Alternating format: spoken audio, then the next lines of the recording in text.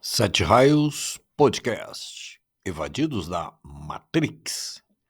Este é o pod videocast da playlist Dissecando, de número 7. E vamos falar aqui de uma figura muito especial, trazida também no nível arquetípico do filme, e que tem um significado muitíssimo importante. Vamos procurar entender o que é o oráculo e de como ele se encaixa no conteúdo e na sequência mítica do filme. E de como e por que esse fenômeno está no roteiro. Para o arquiteto, o oráculo é um programa intuitivo, criado por ele e que descobriu que a maioria dos seres humanos são pró-evasão, né? Pró-iluminação, pró-unificação, pró-libertação. Então, o oráculo é um programa muito especial, criado pelo ser mais poderoso, a consciência máxima, dentro da Matrix, onde existimos. E quem é essa figura mítica chamada oráculo? Lembrando que no videocast anterior, número 6, nós falamos dessa figura que eu acabei de me referir. Nós falamos do arquiteto. Mítico, figura mítica, né? Acabei de dizer aqui também. Mítico quer dizer também clássico. Nós falamos de mito, etc, etc, etc. Quer dizer também clássico.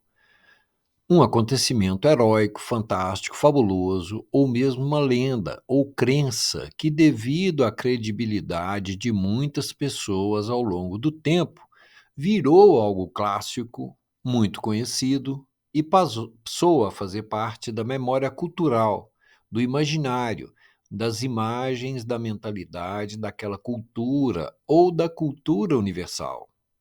No caso, do oráculo da cultura universal. O mítico é o lendário muitas e muitas vezes contado ao longo dos tempos por muita gente, demonstrando que fez sentido para inúmeras pessoas.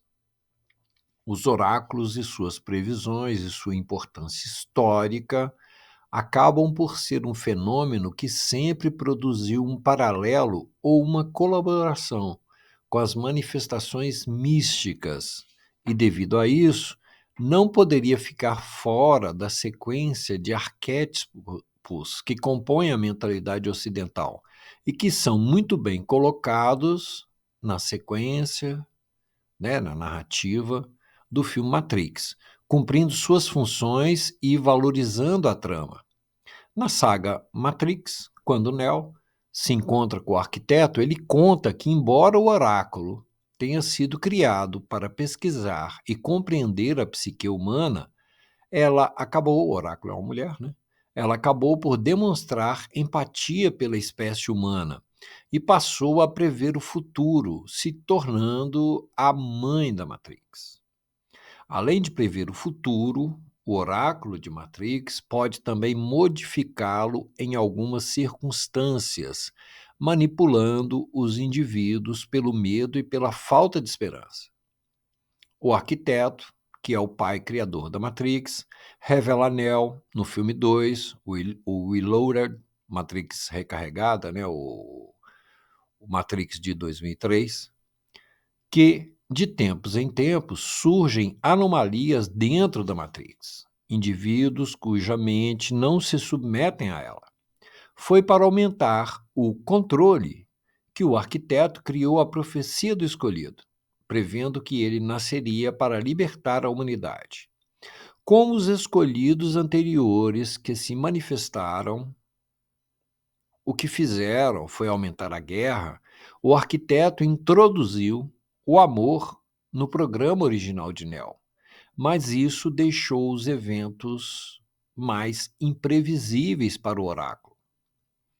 Por isso, embora inicialmente o oráculo seja verdadeira em sua aproximação com Neo, ela não acredita que ele seja o escolhido, porque acha que ele, dentro do programa da Matrix, é apenas uma anomalia sistêmica, mas depois ela se convence e o inclui dentro das suas maquinações, vendo que só ele pode colocar fim na guerra contra as máquinas.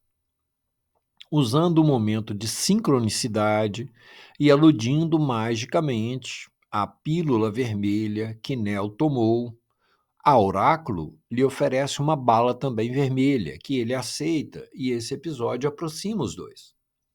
O próprio arquiteto, com sua visão matemática e busca da verdade, revela que só depois da atuação do oráculo ele conseguiu criar um programa realmente funcional para a Matrix, que, para dar certo, os humanos precisavam ter pelo menos um nível pequeno de livre-arbítrio, que é o que cria a anomalia, como as pessoas que buscam pela verdade. São as pessoas que se desconectam da matriz que formam a comunidade externa, Zion, que se Neo não aceitar seu papel, que a raça humana poderá ser destruída, que nem o arquiteto, nem o Neo conseguem obrigar os humanos a tomarem suas decisões, que só Neo pode resetar a Matrix, escolhendo 23 pessoas para repovoar Zion, começando todo o ciclo de novo, que foi o que fizeram os 5 escolhidos anteriores a Neo, revela o arquiteto. Os 23 escolhidos, somando 24 com o Neo, nos leva ao antigo conhecimento chamado os 24 anciãos, com muitas dicas para a construção de uma Nabucodonosor e todo o processo em grupo da evasão, que para frente falaremos disso. Isso faz parte de um conhecimento muito especial, viu? O conhecimento dos 24 anciãos, ou 24 esferas. Existe essa forma também de se referir a isso. É algo extremamente sutil da mente cósmica, mas teve gente, e a mente abstrata acessa isso, e se for contar lá as camadas, vai chegar nesse número aí. Então temos o oráculo que, embora tenha sido criado para pesquisar e compreender a psique humana, acabou por demonstrar empatia pela espécie humana e passou a prever o futuro. Que faz um oráculo? Podemos dizer que ele é uma autoridade considerável em uma determinada cultura. Além de fazerem previsões, profecias e transmissões de mensagens de divindades ao longo da história, a fala dos oráculos chegou a competir com a fala de profetas e apóstolos. Quase sempre, a fala dos oráculos precisavam ser interpretadas pelos sacerdotes. Se considerarmos oráculo como vidente, o mais famoso foi Nostradamus, o médico, astrólogo e vidente francês Michel de Nostridame, que publicou as suas previsões em 1555, em uma forma que ele chamou de centúrias, onde registrou suas visões em 10 conjuntos diversos, cada um com 100 quadras ou rimas em 4 linhas, que totalizam 1000 previsões, dando um livro de 100 páginas. Isso, então, foi em 1555, antes do iluminismo, né, amigos? Os seres humanos faziam coisas assim, né? Nós vemos lá Dante com a Divina Comédia na mesma época, pouco depois, a genialidade, até hoje, de Shakespeare, né? Confundida com Bacon, né? Porque o Bacon era o cara da elite, Bacon era o cara da mídia, né? Então fala, mas é Bacon que tá. Não é. Se a gente olhar a biografia de Shakespeare, a gente vê a genialidade dele para perceber os tipos humanos e as tramas das existências das pessoas em sociedade. É genial, né? A biografia dele demonstra. Ele começa com 6 anos de idade no balcão, né? Nós podemos falar nisso num outro vídeo aí. O oráculo era uma pessoa quase sempre desconhecida, um tipo especial mesmo e reservado de vidente, que possuía qualidades de uma sensibilidade especial para os planos energéticos sutis ou até para os planos divinos, ou possuíam um dos vários tipos de mediunidade que os conectava ao mundo astral planetário, onde recebiam as influências e mensagens dos mortos e as transmitia aos seus consultantes. Geralmente, o local dos grandes oráculos era um local sagrado, e a consulta ao oráculo era feita por pessoas escolhidas e em ritos rigorosos. O oráculo não entrava em contato com o povo. Quase sempre as perguntas eram feitas sobre o futuro e geralmente eram perguntas que interessavam a pessoas importantes ou reis, imperadores e muitos tiranos também. Há caso de oráculos que serviram a muitos tiranos. Quase sempre se consultava o oráculo antes de se empreender uma guerra ou empreendimentos vultosos. E há casos de os reis que fizeram o que o oráculo recomendava e até sacrificaram pessoas importantes e perderam batalhas por fim, ou até mesmo a guerra. O caso mais famoso é o caso do rei grego Agamenon, da cidade de Micenas, e líder da coligação de exércitos, uma enorme frota dos gregos, das cidades gregas ali ajuntadas, na guerra de várias cidades da Grécia contra a grande cidade de Troia, a conhecida Guerra de Troia, que ganharam com o episódio do cavalo que transportava as tropas doado de presente. Nós vimos isso em várias etapas, aí, em várias coisas aí, né, ao longo da nossa cultura. A época é tida como o fim da Idade do Bronze, ano 1250, antes de Cristo, e que aparece contado, muito bem contado, né, na Ilíada, o grande poema de Homero, e depois na obra do histórico dramaturgo grego Eurípides, tio do famoso primeiro ator do Ocidente, Téspis, cerca de 400 anos antes de Cristo. Agamenon obedece o oráculo e perde alguns heróis como Aquiles e Ájax, e também algumas batalhas. Por fim, ganha a guerra. Mas é um caso tão dramático, se a gente olhar, tragédia, aquelas coisas, né? Se a gente olhar as versões que chegaram a nós, é o caso de se ganhar uma guerra e, ao mesmo tempo, perder a guerra, porque para ganhar a guerra eles perderam tudo. E se autoexilaram, porque foi um negócio tão... E a formação de várias nações europeias, segundo algumas linhas aí de pesquisadores consideráveis, europeus, portugueses, tem muita gente boa lá. Eles, nesse autoexílio, porque eles ganharam a guerra, mas eles acabaram também com tudo, né? Eles fundaram várias nações, e com aquela experiência, e aí vem por trás disso uma difusão de tudo que os gregos aprenderam no Egito, principalmente e durante alguns milhares, centenas direto, mas chegou a milhares de anos, em Tebas, foi sempre um centro, como um pilar de força que ia lá, além do espaço físico que nós conhecemos. Os oráculos constituíram um aspecto muito importante da religião e da cultura gregas. O oráculo era visto como aquele por que o Deus fala. Zeus, o principal deus grego, foi o primeiro a se comunicar assim, seguido pela deusa Afrodite, tendo por fim Apolo, que se tornou o modelo do deus adivinho por oráculos, tendo centro em várias cidades da Grécia. O mais famoso oráculo, sem dúvida, foi o oráculo de Delfos, quando a Grécia era o centro econômico, financeiro e cultural do mundo. Ele existiu por quase 100 anos. Era dedicado ao deus Apolo, que, por fim, é o mesmo Hermes grego, oriundo do famoso Hermes egípcio. Delfos era uma conceituada cidade sagrada e distribuía sabedoria oracular. Teve uma cultura inteira sobre essas informações trazidas pelos oráculos, e aquilo que deu certo foi sendo solidificado ali no entendimento das pessoas, né?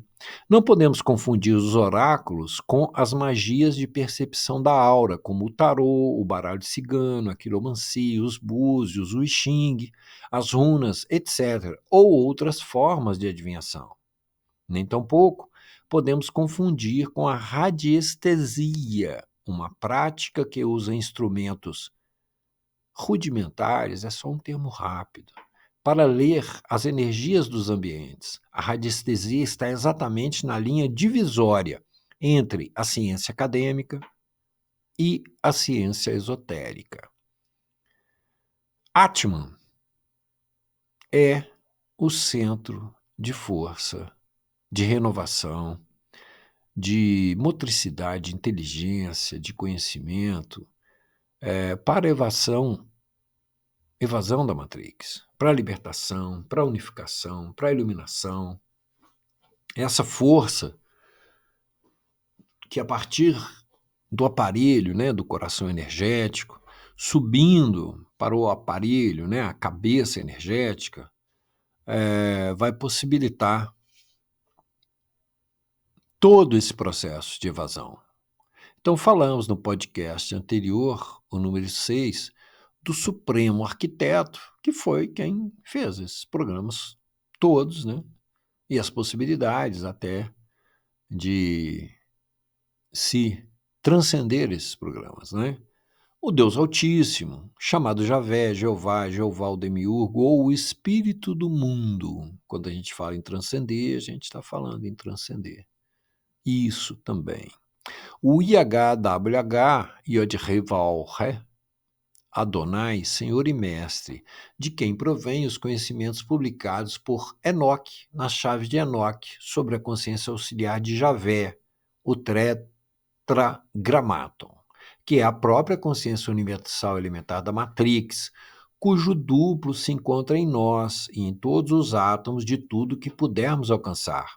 E que, devido a essa qualidade, os antigos chamavam Javé de o Deus imanente, e que essa mesma qualidade, que vem desse duplo, em seu espelhamento energético nos átomos astrais que compõem nosso corpo astral, chamado também de corpo sideral ou corpo de sentimentos, é também karma nêmesis, ou a chamada lei do karma. O karma, que não é bom nem mal, mas é um resultante do que fazemos, influenciando a nossa origem e o nosso destino. Destino, vamos novamente lá para a questão do oráculo. Devido a isso, se ansiamos por algo superior, caminhamos nessa direção e encontramos. No encontro com Trinity, na íntima conversa ao pé do ouvido, ela diz a Neo: você o está procurando. Lembra? Ele seguiu lá o coelho branco, né, a tatuagem que a menina tinha, foi com aquele grupo e encontra Trinity ou Trinity onde eles estão lá no dia a dia deles, lá no caso é uma boate. Um som e tal, e ele no cantinho, assim, observando as pessoas, ela se aproxima e inicia uma conversa com ele, assim, falando intimamente no ouvido dele. As tradições falam disso, dessa coisa da boca ao ouvido. Há um contato de energia muito íntimo ali. Eu sei porque eu também já procurei a mesma coisa. E quando ele me encontrou, ele me disse que eu não estava procurando por ele, eu estava procurando uma resposta.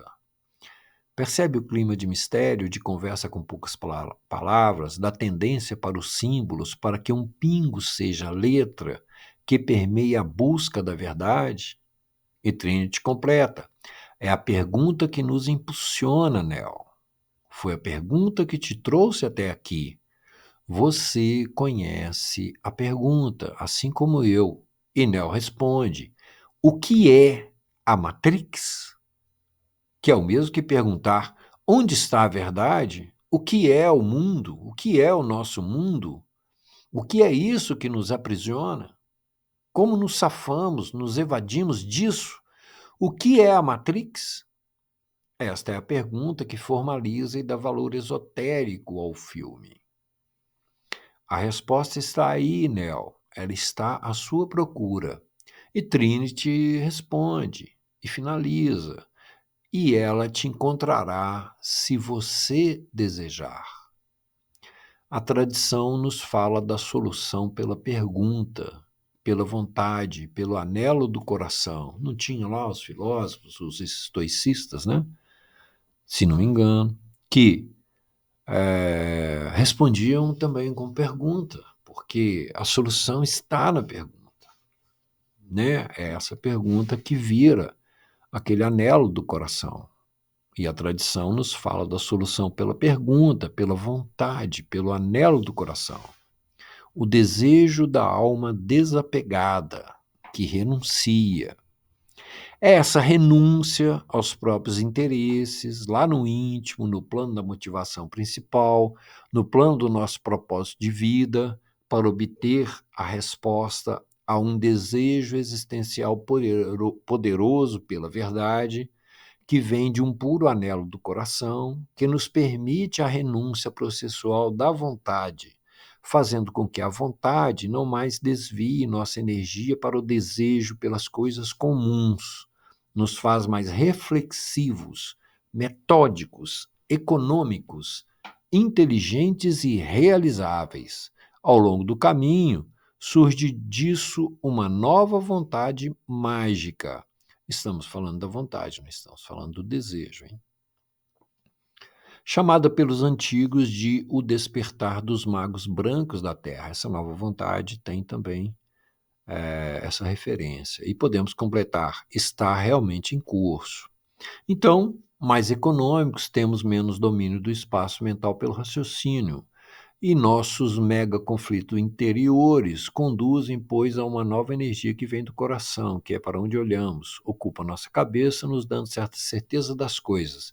E começamos a formar um entendimento abstrato das coisas. No início, caminhamos das palavras para os símbolos, as imagens, e passamos a formar um entendimento por imagens, entendendo as imagens significativas do mundo, que vão nos dotar de base para a mente abstrata ou supermente.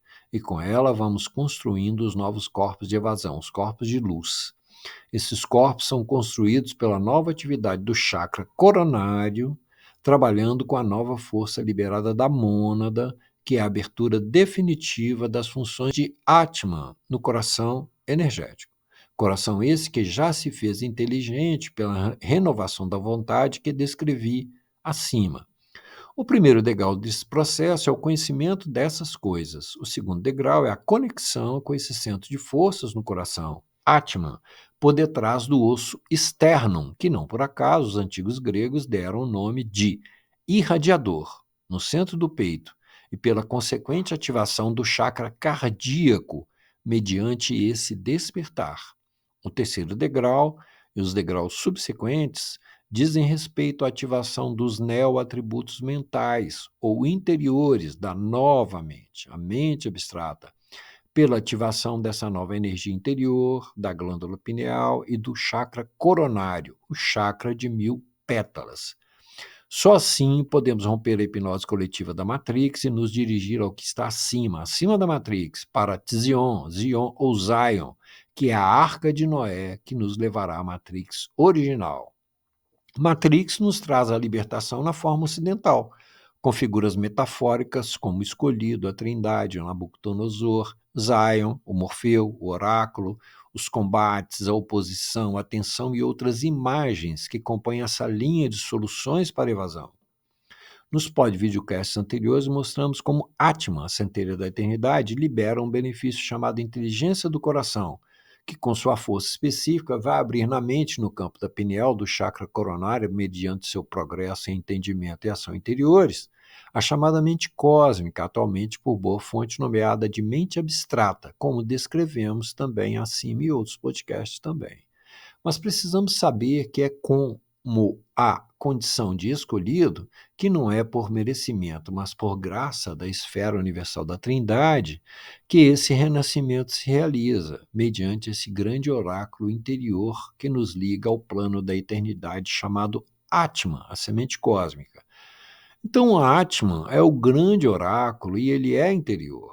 Atman também, como todos os oráculos e em todas as tradições antigas, que aparece fazendo uma ponte entre dois planos, porque todas as coisas acontecem primeiro no plano astral, depois no plano físico.